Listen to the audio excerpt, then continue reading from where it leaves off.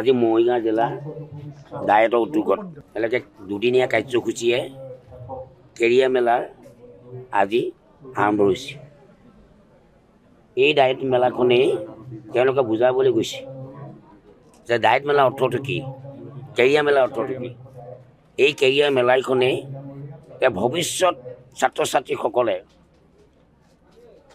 কেনেদৰে কৰ্ম জীৱনেৰে তেওঁলোকে কেনেকৈ আগবাঢ়ি যাব পাৰিব, কেনেকৈ তেওঁলোকে কেৰিয়াৰটো গঢ় দিব পাৰিব, সেই বিষয়ে আজি এই কেৰিয়াৰ মেলাখনৰ জৰিয়তে যে জনাবলৈ বিচাৰিছে, যে মৰিগাঁও জিলাৰ লগতে অসমবাসী ৰাইজক জনাবলৈ বিচাৰিছে যে এজন ছাত্ৰ ছাত্ৰীয়ে যেতিয়া পঢ়া শুনা কৰি তেওঁ ভৱিষ্যতত কি হ'ব পাৰিব আৰু কেনেকৈ জীৱনটো গঢ় দিব পাৰিব, কেনেকৈ উচ্চ শিক্ষা লাভ কৰি কেনেদৰে তেওঁ জীৱনটো গঢ় দিব পাৰিব, সেই তাৰ কাৰণে এই কেৰিয়াৰ মেলাখনৰ জৰিয়তে প্ৰেৰণা যোগা হ'ব।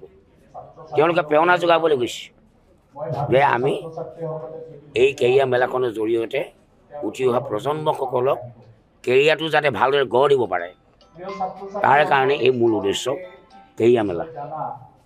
আয়োজন কেনেকুৱা পাইছে আপুনি? পৰিদৰ্শন কৰিছে ষ্টলবিলাক? ভাল হৈছে, ভাল হৈছে। আৰু নিজে এজন তেখেত এক্সপাৰ্ট মানুহ, আৰ্টিষ্ট মানুহ, গতিকে ভাল মানুহ। ললিত কলা বঁটা পাইছে অসমৰ ভিতৰত তেওঁ প্ৰথম ৰাষ্ট্ৰপতি। আমাৰ মৰিগাঁও ডায়েটৰ প্ৰিন্সিপাল কিশোৰ কুমাৰ দাস। আমি খুব ডায়েটৰ উদ্যোগত এই দুদিনীয়া কাৰ্যসূচীৰে কেৰিয়াৰ মেলা আমি অনুষ্ঠিত কৰিছোঁ আৰু আমি খুব গৌৰৱ অনুভৱ কৰিছোঁ যে বহু কষ্টৰ এইটো ডায়েটৰ, আমাৰ মৰিগাঁও জিলাৰ ডায়েটৰ এটা সপোন আছিলে যে আমি মৰিগাঁও জিলাখনৰ কাৰণে, শিক্ষা ক্ষেত্ৰখনৰ কাৰণে, বিশেষকৈ শিক্ষা ক্ষেত্ৰৰ যিবোৰ স্কুল আছে, মহাবিদ্যালয় আছে, শিক্ষাগুৰুসকল আছে, অভিভাৱকসকল আছে, সকলোৰে উদ্দেশ্যে আমি দুদিনীয়া কেৰিয়াৰ মেলা উদযাপন কৰিম। আৰু সেইটোৱে আমাৰ বিশেষ কথাটো এনেকুৱা ধৰণৰ আছিলে যে আমি ভাবিছোঁ যে এই জিলাখনৰ যদি উন্নতিৰ হকে কাম কৰিব লগা হয়, ডায়েটখন হ'ল এটা মুখ্য, শিক্ষা ক্ষেত্ৰখনৰ এটা মুখ্য অনুষ্ঠান প্ৰত্যেকখন জিলাৰে। আৰু সেই অনুষ্ঠান আমি যিবোৰ ট্ৰেইনিং চলি আছে, ট্ৰেইনিংটো আছে, ডে টু ডে আমি ট্ৰেইনিংবিলাক আছে, তাৰ উপৰিও আমি কিছুমান এডিশ্যনেল এই জিলাখনৰ কাৰণে কাম কৰিব পাৰোঁ নেকি। আজি কেৰিয়াৰ মেলা যিটো অনুষ্ঠিত কৰিছোঁ, এইটো এটা আমাৰ এডিশ্যনেল ৱৰ্ক, এইটো আমাৰ কাৰিকুলাম বা এইটো এনেকুৱা ক্ষেত্ৰখনত নহয় যে আমি জিলাখনৰ শিক্ষা ক্ষেত্ৰখনত আমি কিছু আগবঢ়াই নিবৰ কাৰণে, ছাত্ৰ ছাত্ৰীসকলৰ উন্নতিৰ কাৰণে আমি কি কৰিব পাৰোঁ। বহু ছাত্ৰ ছাত্ৰী আছে, অভিভাৱক আছে যে তেওঁলোকৰ ল'ৰা ছোৱালীক কি পঢ়াব বা ছাত্ৰ ছাত্ৰীসকলেও কেনেকৈ যাব, কি পঢ়িব, ভালকৈ ডাইৰেকশ্যনটো নাপায়, খুব শুদ্ধ ডাইৰেকশ্যনটো নাপায়, তেওঁলোকৰ কিছু ক্ষেত্ৰত অভাৱ থাকে। চ' আমি বিচাৰিছোঁ যে আমাৰ এই দুদিনীয়া মেলালৈকে আহক ছাত্ৰ ছাত্ৰীসকলে, ইয়াত বিভিন্ন ধৰণৰ বিষয়বিলাক আমাৰ ষ্টল হিচাপে ৰাখিছোঁ। প্ৰত্যেকটো ষ্টলত তেওঁলোকে যাওক, নিজৰ নিজৰ ইণ্টাৰেষ্টত তেওঁলোকে ষ্টলটো সোমাব পাৰে। যদি মই এজন অধ্যাপক হ'ব লাগে, যদি মেথছৰ যদি অধ্যাপক হ'ব লাগে, মেথছৰ বিষয়টো মই ভালকৈ আমি জানি লওঁ, তেতিয়া কি কি লাইন আছে মেথছৰ জৰিয়তে, ভৱিষ্যতে তেওঁলোক অকল পঢ়া শুনা কৰিলেও নহ'ব, ছাত্ৰ ছাত্ৰীসকলে জানিব লাগিব যে ভৱিষ্যতে এইখিনি পঢ়াৰ পিছত মই চাকৰি ক্ষেত্ৰত সম্বল হ'ম নে নহ'ম। গতিকে মই ভৱিষ্যতে মই চাকৰি, কাৰণ এই আল্টিমেট আমি পঢ়া শুনা কৰি আছোঁ চাকৰিৰ কাৰণে, চাকৰিটো কৰিব লাগিব, আৰ্থিক উপাৰ্জন কৰিবই লাগিব। গতিকে ইয়াত আমি কেৰিয়াৰ মেলাত এইটো ডাইৰেকশ্যন দিছোঁ যে তুমি যদি এই লাইনটো পঢ়া, তেতিয়াহ'লে তোমাৰ ভৱিষ্যতে এনেকুৱা ধৰণৰ চাকৰি স্ক'প আছে, ইয়াতে এনেকুৱা ডিপাৰ্টমেণ্টত চাকৰি আছে। গতিকে জব প্ৰস্পেক্টটো আমি ইয়াত দেখুৱাইছোঁ। তাৰোপৰি আমি এতিয়া আমি যে স্কিল ডেভেলপমেণ্টৰ ওপৰত যথেষ্ট গুৰুত্ব দিয়া হৈছে। এতিয়া নতুন শিক্ষা নীতিত হ'লে স্কিল ডেভেলপমেণ্ট, ছাত্ৰ ছাত্ৰীসকলে, মই সকলো ছাত্ৰ ছাত্ৰীসকলে ভালকৈ যে পাৰদৰ্শিতা যে পঢ়িব লাগিব সেইটো কথা নহয়, যাৰ য'ত ইণ্টাৰেষ্ট আছে। কোনোবাই যদি বাঁহ বেতৰৰ কাম কৰিব বিচাৰে, তেওঁ ভৱিষ্যতে আৰ্থিকভাৱে বাঁহ বেতৰ কাম কৰি পেলাইও তেওঁ জীৱন নিৰ্বাহ কৰিব পাৰে।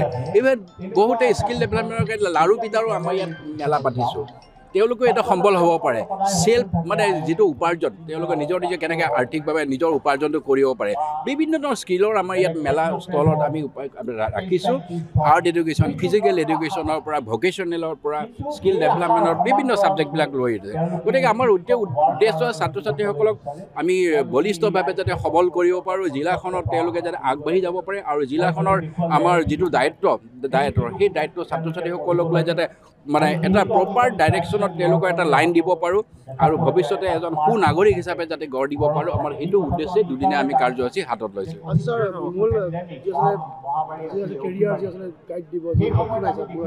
হয়, আজি এই কেৰিয়াৰ মেলাখনৰ উদ্বোধক হিচাপে আমি আমন্ত্ৰণ কৰিছোঁ মৰিগাঁও জিলাৰ বিধায়ক ৰামাকান্ত দেউৰী। তেখেত ইতিমধ্যে তেওঁৰ আমাৰ কেৰিয়াৰ মেলাখন উদ্বোধনী কৰিলে আৰু বিশেষকৈ এই দুদিনীয়া কাৰ্যসূচীত অহাকালি আহিব আমি শংকৰদেৱ ইউনিভাৰ্চিটিৰ ভাইচ চেঞ্চেলাৰ ডক্টৰ মৃদুল হাজৰিকাদেৱ, আমাৰ মাজত উপস্থিত হৈছে গুৱাহাটী ইউনিভাৰ্চিটিৰ আমাৰ ইংলিছ ডিপাৰ্টমেণ্টৰ অধ্যাপক আমাৰ বিভাস চৌধুৰী ডাঙৰীয়া, তেনেকৈ বহুকেইজন ব্যক্তি আমি সমল ব্যক্তি মাতিছোঁ যাতে ছাত্ৰ ছাত্ৰীসকলৰ লগত ইণ্টাৰেক্ট কৰিব পাৰি। ছাবজেক্ট ৱাইজ সমল ব্যক্তি মাতিছোঁ, বিভিন্ন ধৰণৰ ছাত্ৰ ছাত্ৰীসকলে যাতে ইণ্টাৰেক্ট কৰি পেলাই তেওঁলোকক সঠিক ৰাস্তা দিব পাৰে। আৰু এইটোৱে যিসকল ব্যক্তিক আমি আমন্ত্ৰণ কৰিছোঁ মৰিগাঁও জিলাৰ শিক্ষাৰ্থীসকলৰ কাৰণে এটা যথেষ্ট সৌভাগ্য বুলি কওঁ। তেওঁলোকে আহি পেলাই তেওঁলোকৰ সন্মুখত তেওঁলোকে হয়তো ছাত্ৰ ছাত্ৰীসকলে বহুতৰ নাম শুনি আছে, কিন্তু ফিজিকেলি তেখেতসকলক লগ পোৱাৰ সুবিধাটো পোৱা নাই। গতিকে আমি এই দুদিনীয়া কাৰ্যসূচীত তেওঁলোকক আমি ফিজিকেলি লগ দিবৰ কাৰণে এটা সুযোগ দিবলৈ গৈছোঁ আৰু ছাত্ৰ ছাত্ৰীসকলে কিবা জানিবৰ কাৰণে ইণ্টাৰেক্ট কৰিব পাৰে, প্ৰশ্ন সুধিব পাৰে। গতিকে তেখেতসকলে সুন্দৰভাৱে তেওঁলোকক সেই লাইনটোৰ বিষয়ে তেওঁলোকে বুজাই দিব পাৰে। যিকোনো খবৰৰ বাবে যোগাযোগ কৰক 7099017330 লগতে 7099017110 নম্বৰত।